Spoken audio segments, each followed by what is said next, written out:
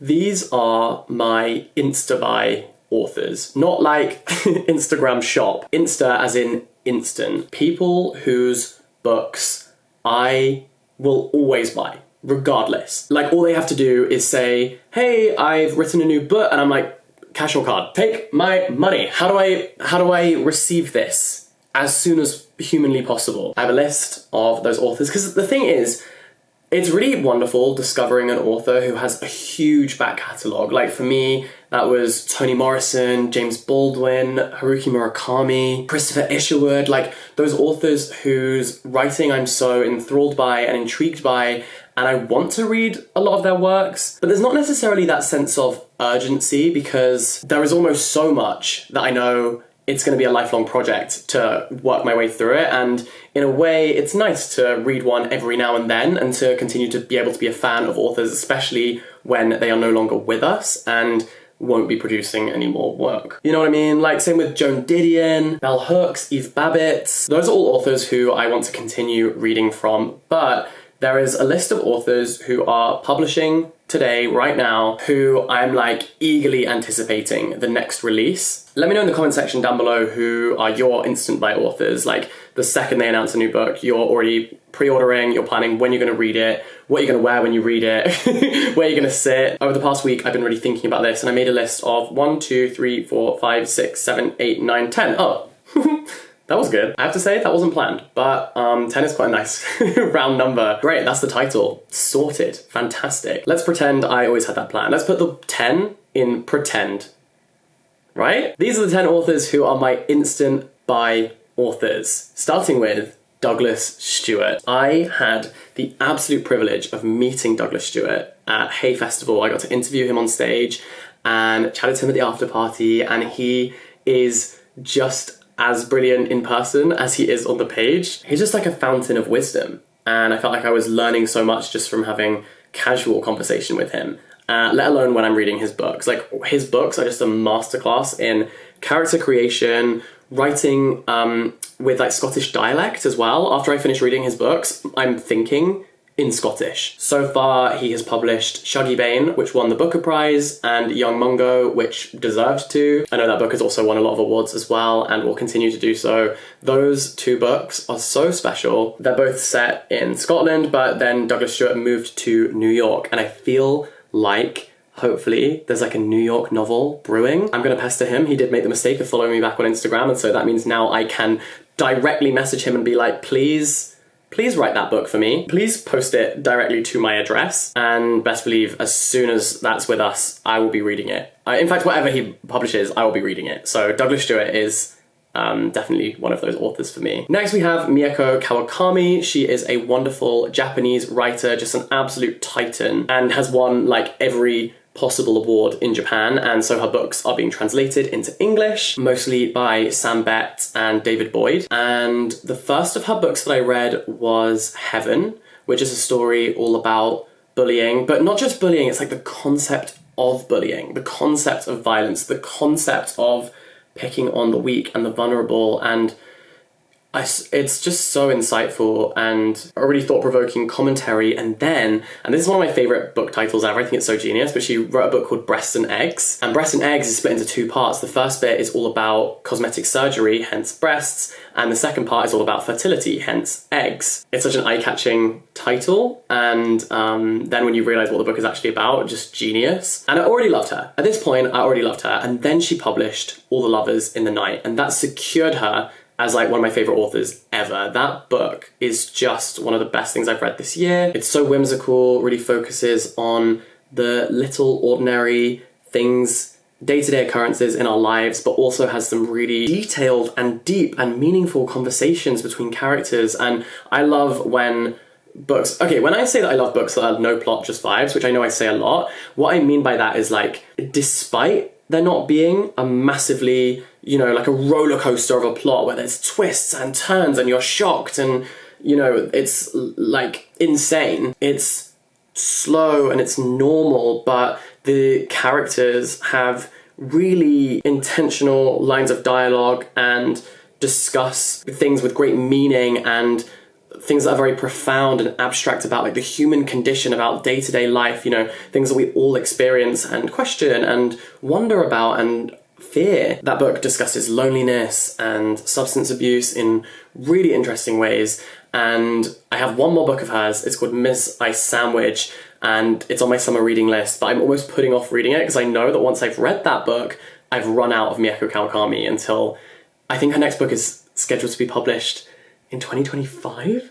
It's like the rest of her books have been quite short, but this one's like a 500-600 page novel. And so the length of it will make up for the length of time we have to go without any of her books being translated into English, but I am almost saving Miss Ice Sandwich, which is a really short little novella, short story kind of thing, just because I'm not ready for that gap in time where I won't have any new Mieko Kawakami to read. The next one is, of course, Ocean Vuong.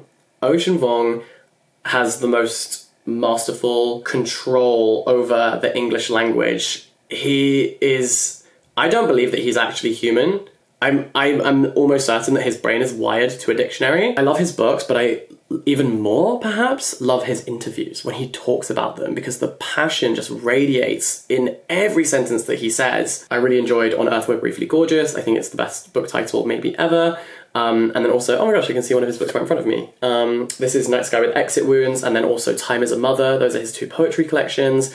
I know that Ocean Vuong is going to write my favourite book of all time at some point. It's coming. I know that it's in his brain right now, and I'm really looking forward to that day. Okay, just briefly, before I move on to the next author who I'm going to scream about and rant and rave about, I just wanted to also rant and rave about how wonderful Squarespace is, because this video is very kindly brought to you by Squarespace. So Squarespace is the all-in-one platform to create a website or an online brand. This is another thing I do not shut up about because I just think it is brilliant. You don't need any coding experience. You don't need to be a master at web design. You can use their templates as a launch pad and basically turn the vision that you have in your head into a reality. So you can use the blogging feature to share what's going on behind the scenes, what you're up to day to day, and connect with your audience. You can also use the analytical tools to see what people are responding to, so you know where to invest your time and what you should be making more of, and maybe what you should be making a little bit less of, because it's just not worth it. People aren't clicking on it. A website is often the first surface that people come into contact with when they experience your brand, so it's really important to put your best foot forward, and with Squarespace, that is guaranteed every single time. So if you would like to check out Squarespace, you can actually get a free trial over on their website. And then when you're ready to launch your beautiful new website, you can head to squarespace.com/jackinthebooks and use the code jackinthebooks to get 10% off your first purchase of a website or domain. Thank you, Squarespace, for sponsoring this video, and I love ya. On to the next person. Next we have Sayaka Murata. I am so fascinated by her. She wrote Convenience Store Woman and Earthlings and a short story collection called Life Ceremony, and they are weird and wacky, again translated from Japanese, and I'm just so intrigued by the way that her brain perceives the world. It's so different to how I perceive the world, and for that reason I'm very interested by it. A lot of her stories and her works think about themes like cannibalism and incest and like stuff that I probably will never write about in my own writing career, and so I think seeing the way that she does write about those things is something I'm just really interested about. It's almost like I can't look away from the beautiful mess that she is creating. I'm just so intrigued. Then we have Claudia Pi&ntilde. I loved this book so much. This is Elena Knows, and my most anticipated release of this year has been A Little Luck, which is her new novel. She writes with such force and, again, contemplates so many things that we experience in this life. Elena Knows is all about religious dogma and illness and the human body and mother-daughter relationships and family and communication and how we really know people. And her first book is written, it doesn't have speech marks. The speech is written in italics, and it builds up to this moment where there's this huge confrontation, and the fact that it's all italicized but you know exactly who's saying what it was so impactful and effective and made me weep, made me ugly cry. So give me more of that, please, Claudia. Then I have Kang, who is a Korean author, again, an absolute powerhouse within the Korean literary scene. She wrote The Vegetarian, which won the Booker Prize. I love the Booker Prize so much because it's led me to so many of these authors, and the International Booker too. That led me to Claudia Pi&ntilde. The Booker Prize led me to Douglas Stuart. So I really love following these prizes because they introduce me to so many exciting new authors. With Han Kang, she also wrote Human Acts, and then her new novel just came out. It's called Greek Lessons, and I've spoken about it on this channel before, but I thought it was so fascinating because one of the characters is losing their sight, another one is refusing to speak, and so taking away the outlet of speech and the sense of sight and working with what's left and thinking about how those two people would then communicate and how they would perceive the world is such a challenge. As you know, as a writer, that's such a difficult thing to do, and she did it with like ease. At least it seems that way. I'm sure it was actually a real labor of love, but when you read it, it just is so eloquent and marvelous. So anything that Han Kang produces, I will be reading. I'll be adding it to these shelves. Ronan Hession. Okay, it's actually 11 authors because I forgot to add Claire Keegan to this list. Ronan Hession and Claire Keegan are two of my favourite Irish writers. I love Irish literature so much. In fact, Sally Rooney is the other one. And so that's 3 Irish writers that I have on this list. But let's talk about them individually. So Ronan Hession wrote Panenka, which, again, I think that the common thread here is that these are often writers who think about the human condition and what it is like to be alive, what we experience every day and how we continue in spite of it. Panenka has scenes that I'll never forget. I really love this piece of dialogue where the female character in the book is talking about how if someone asked her how she was and what she's been up to, like someone who she went to school with, let's say, asked her, what have you been up to? She was like, I could tell you what I've physically been doing in about 5 minutes. Like for the last 40 years, I could tell you exactly what I've been doing. Then she says, I have also been living a whole life internally, in my own brain, in my head. And I think giving credit and weight to the internal life that we live is so rare, but so important, because we live every day with our thoughts. Every night, every day, every night and every day and every night and every day, and so on and so forth. Like, we are having this whole internal life as well as the external one. And when you're nervous about something, or you're anxious about something, you're worried about something that's coming up, and you maybe catastrophize, or you go over every scenario in your head, you are experiencing those things because your brain is coming up with them. Your brain is putting you through those potential scenarios all the time. And you're having to work out how you would respond, what you think about those things. If you have a very anxious mind like I do, you'll probably relate to that or find a lot of peace in that. Giving credit to the internal life that we are leading every single day, I think it really altered my perception in terms of the amount of credit I give to my emotions, my feelings. I remember just bawling my eyes out when I read that. I was on a train and it just landed exactly when I needed it to. And I think about it all the time, and it's, I think, made me better at dealing with my emotions and my thoughts, because I'm validating them. I'm being the way I'm responding to my own thoughts is important, just as important as the physical occurrences that are happening around me, so are the mental ones. So anyways, he also wrote a book called Leonard and Hungry Paul, and I've heard a little rumour that there's another book coming next year, and I want to be the first to get my hands on it. So Blue Moose Publishing, you know where to find me. And then, also I mentioned Claire Keegan, Foster, and also Small Things Like These, and I think she has a new book that's about to be published by Faber, and I need it in my life immediately, please, because I just think she's awesome. I spoke about this in my mid-year reading tag, but the way that she writes about ordinary people, ordinary lives, do you see the common thread here? This is what I like to read about, and these are the authors who do it exceptionally well. And from the works by Claire Keegan that I've read so far, they really build up to this moment that is like a sucker punch, and the fact that the novel is relatively quiet and understated means that punch hits you even harder. Because when you read a book I want to give an example, maybe Noughts and Crosses by Mallory Blackman, right? It's action, action, action, plot twist, plot twist, plot twist, craziness, intensity. The bar is up here for intensity for the whole thing, and then there's something crazy happens, then another crazy thing happens. Whereas in a Claire Keegan novel, we a simmering, and then we build up into this cacophony of drama, at least morally.